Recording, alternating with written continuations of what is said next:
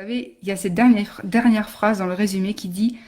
Déboli ne réalise pas l'importance de sa décision lorsqu'il accepte le défi avec William, donc qui consiste à échanger leur style pendant 2 jours, car quand les armures tomberont, il ne restera que des ressemblances. Et vraiment, voilà, je trouve que ça sonne vraiment fort pour ce roman, que c'est vraiment très représentatif de ce que j'essaye de partager. Et donc, voilà, comme je le disais déjà dans les précédents lives, ce que je montre dans ce livre, c'est que il faut savoir regarder au-delà des apparences physique et aussi de l'apparente attitude des personnes qui nous entourent. Euh, voilà, leur attitude cache beaucoup de choses et c'est important de s'en souvenir. C'est un exemple très bête et très concret, mais vous savez, quand on a une serveuse qui est très désagréable dans un restaurant,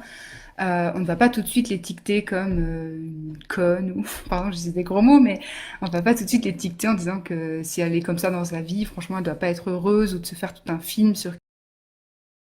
en fait, cette serveuse, si elle est désagréable à intenter avec vous, ça veut pas dire qu'elle est désagréable tout le temps, ça veut juste dire qu'elle a aussi une vie, un moment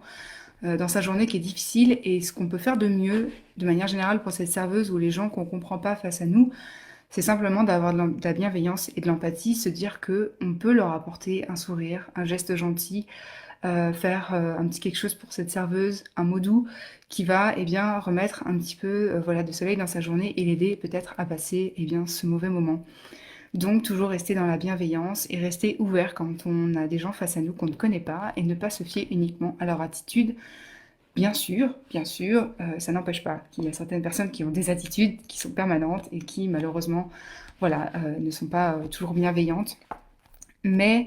voilà, on est humain et c'est même quelque chose que j'ai appris, y compris dans la relation parentale avec mes propres parents, c'est nos parents sont aussi des humains et sont la somme eh bien, des souffrances qu'ils ont vécues et des choses, voilà, des peurs et de plein de choses. Donc bref. Déboli et Yavé, c'est un petit peu tout ça. Et ce qui est toujours rigolo aussi pour un auteur, c'est que c'est un livre que j'ai écrit donc, j'avais 16 ans, et que j'ai publié en 2016, donc aujourd'hui on est en 2020. Et donc j'ai lu aussi chapitre 9 avec beaucoup d'émotion, parce que même après des années à avoir écrit ce livre, je me retrouve des années plus tard à avoir vécu des choses vraies, parce que du coup c'est pas mon histoire, hein, mais d'avoir vécu des choses similaires avec mes parents, avec mon proche, avec mon entourage. Et donc voilà, donc ça réveille des émotions et ça me rappelle du coup aussi en lisant ce livre, je reprends aussi des conseils avec des bolis. Voilà, il faut, euh, il faut pas oublier que les gens sont humains et qu'ils font comme ils peuvent aussi dans cette vie un petit peu torturée